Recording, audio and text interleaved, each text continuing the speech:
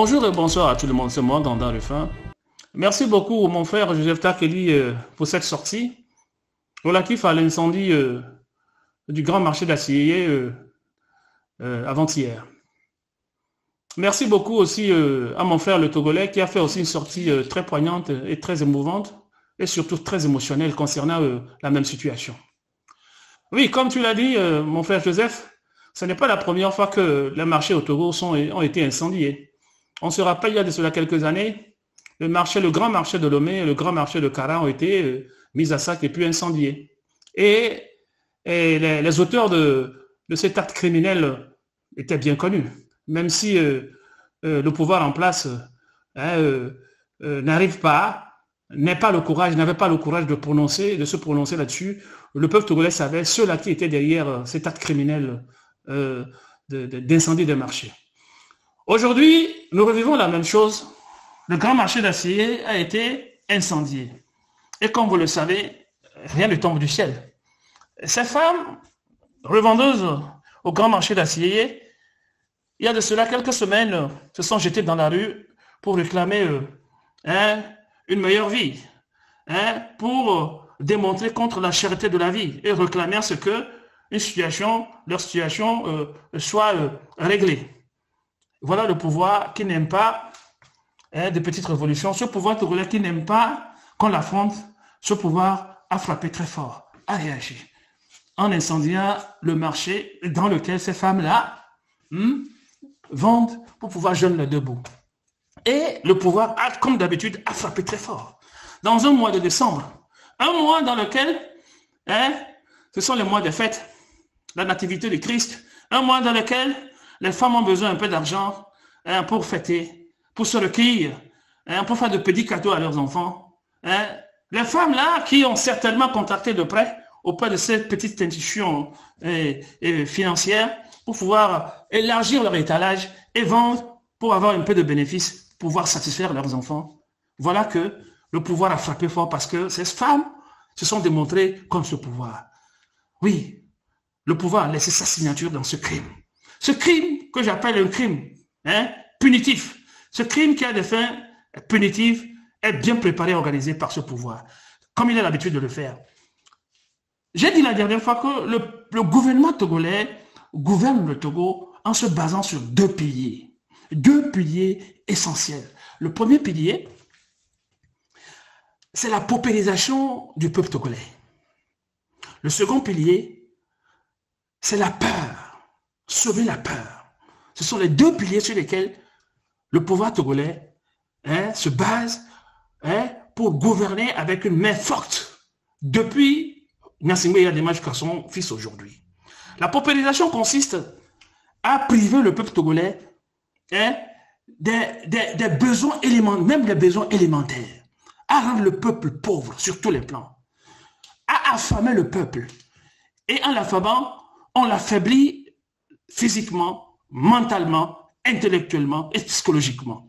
Et quelqu'un qui est sur toutes les trois dimensions affaibli, alors il ne peut plus, il n'a plus la force spirituelle, morale et physique de pouvoir résister à la dictature. Alors il démissionne. Étant faible sur tous les plans, ça ne suffit pas. Il faut encore semer la peur. D'où vient le second pilier? Semer la peur en sanctionnant toute velléité de révolution. Semer la peur et faire peur encore et sanctionner pour sanctionner ceux-là qui se révoltent, pour sanctionner ceux-là très fort, ceux-là qui résistent au pouvoir, pour les faire peur.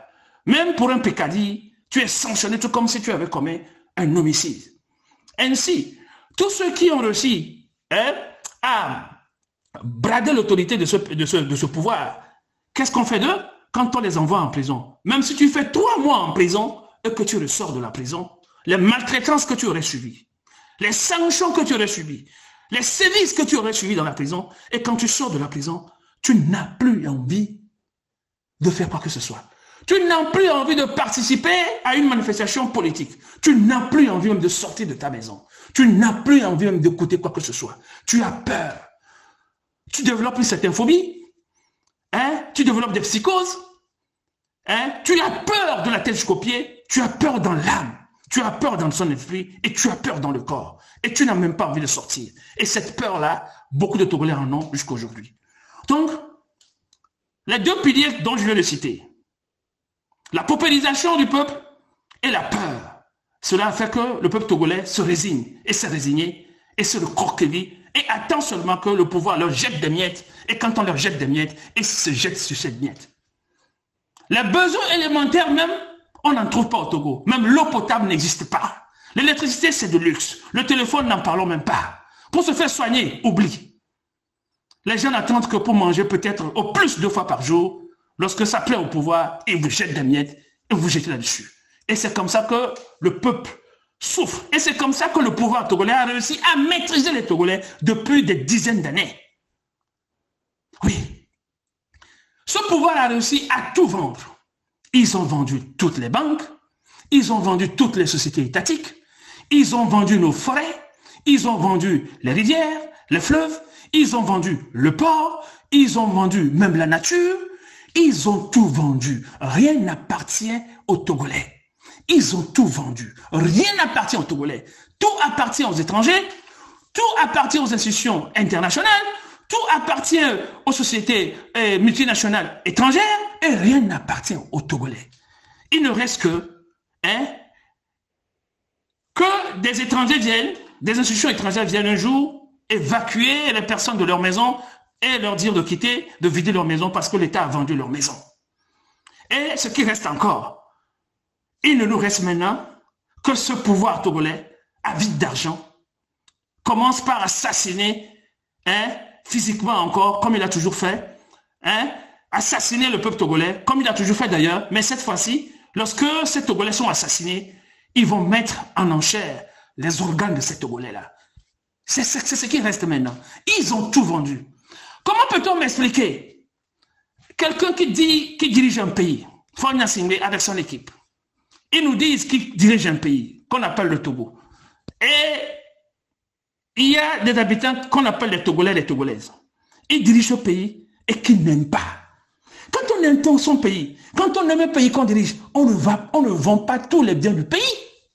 Quand on aime un pays qu'on dirige, on aime la population qu'on dirige, mais on ne tue pas sa population.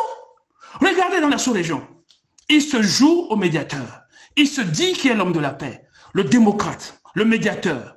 Il se dit qu'il est là pour la sécurité des autres, la sécurité du monde, la médiation, qui n'aime pas la guerre, qui n'aime la paix. Mais chez lui, c'est la loi de la jungle. Chez lui, c'est la souffrance.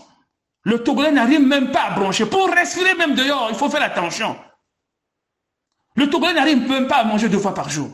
Mais le président de la République togolaise, Faure Gnassingbé, se plaît en disant, sur le plan international, que lui, il est médiateur, il aime la paix. Il voyage de continent en continent, de pays en pays, de ville en ville, pour prôner la paix. Mais chez lui, c'est l'enfer.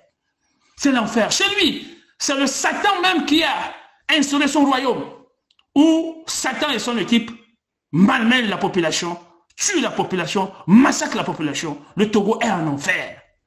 Le Togo est en enfer. Écoutez-moi bien, peuple du monde, nous souffrons. Nous souffrons. Nous avons tant essayé. Nous avons essayé, on essaie de se libérer de ce pouvoir. Nous avons essayé, c'est un cri d'alerte. Nous avons essayé. Il ne faut pas que les gens pensent que nous sommes là à dormir. Ce pouvoir, c'est le diable sur la terre. Ce pouvoir, c'est l'enfer. Ce pouvoir, c'est le mal. C'est le mal du siècle. Si on n'arrive pas à se débarrasser de ce pouvoir, en Afrique, l'Afrique ne peut pas évoluer. Ce pouvoir freine l'Afrique. Ce pouvoir va contre la révolution africaine que nous avons entamée. Ce pouvoir doit être détruit. Ce pouvoir doit être détruit. Le combat du peuple togolais, je vous en prie, doit engager nous tous. Parce que si ce pouvoir-là reste, l'Afrique ne sera jamais libérée. L'Afrique ne sera jamais libérée. Formons une union pour pouvoir faire partir ce démon de Faure Gnassingbé et son équipe. On ne peut pas continuer de la sorte. On ne peut pas continuer de la sorte. On ne peut pas continuer de la sorte. Je lance l'alerte et je lance à tous les Africains, à toutes les Africaines, de s'unir ensemble pour qu'on puisse faire partie de ce pouvoir-là. Ce pouvoir-là ne détruit pas seulement le Togo, ce pouvoir ne détruit pas seulement les Togolais, ce pouvoir détruit toute l'Afrique. Il détruit toute l'Afrique. Ils ont été choisis par les diables, le démon, pour détruire l'Afrique. Combattons ce pouvoir-là avec toutes nos forces. Combattons ce pouvoir avec toutes nos forces. Ils ont réussi à anéantir les Togolais. Ils ont réussi à paralyser les Togolais. Ils ont réussi à paralyser cette opposition togolaise qui est devenue laxiste. Cette opposition togolaise qui avait aussi pour objectif de libérer le peuple togolais a fini par se rallier à ce pouvoir-là. Parce que ce pouvoir a réussi à les dominer. Ce pouvoir a réussi à les maîtriser. Et cette opposition, qui s'est dit opposition, a fini par s'allier à ce pouvoir-là. Parce que ces dirigeants de l'opposition ont fait de la politique leur gagne-pain également. Les Togolais ont lutté. Ils ont lutté. Depuis 90, la conférence de la Baule, le Togo s'est lancé dans une révolution inouïe. Le Togo s'est lancé dans un combat contre ce système. C'est au Togo qu'une conférence nationale a été, et souveraine, a été organisée la première fois en Afrique. C'est au Togo, il y a eu une grève de 10 mois, une grève illimitée générale de 10 mois. C'est au Togo qu'on a eu une grève comme ça, pareil, dans le monde et en Afrique. C'est au Togo que les Togolais se sont lancés en corps et âme dans ce combat en 90. Mais on n'a pas pu réussir. On n'a pas pu réussir. On sait, il y a eu des défaillances. Togolais, ne dormons pas. Réveillons-nous, resistons-nous de nos cendres et allons dans ce combat. Si nous refusons, Faure Gnassingbé va sacrifier le Togo. Ils n'ont pas la peur. Ils sont sans vergogne. Ils sont sans âme. Ils n'aiment pas les humains. Ils aiment les humains seulement quand ces humains-là souffrent. Ils aiment les humains quand ces humains-là ont mal. Et raison pour laquelle ils vous font du mal. Il faut lutter contre le diable. Il faut combattre le diable. Levons-nous, mes chers frères togolais. Levons-nous, mes chers frères togolaises. Détruisons ce pouvoir. Détruisons-le, ce pouvoir-là. Détruisons-le, ce pouvoir. Combattons ce pouvoir-là avec toutes nos forces. Le peu de force qui nous reste, investissons cette force-là pour détruire ce pouvoir-là. Détruisons ce pouvoir-là. Détruisons ce pouvoir. Détruisons ce pouvoir ou ce pouvoir va détruire tout le monde. Ils n'ont pas de cœur, mes chers frères. À bon entendeur, salut.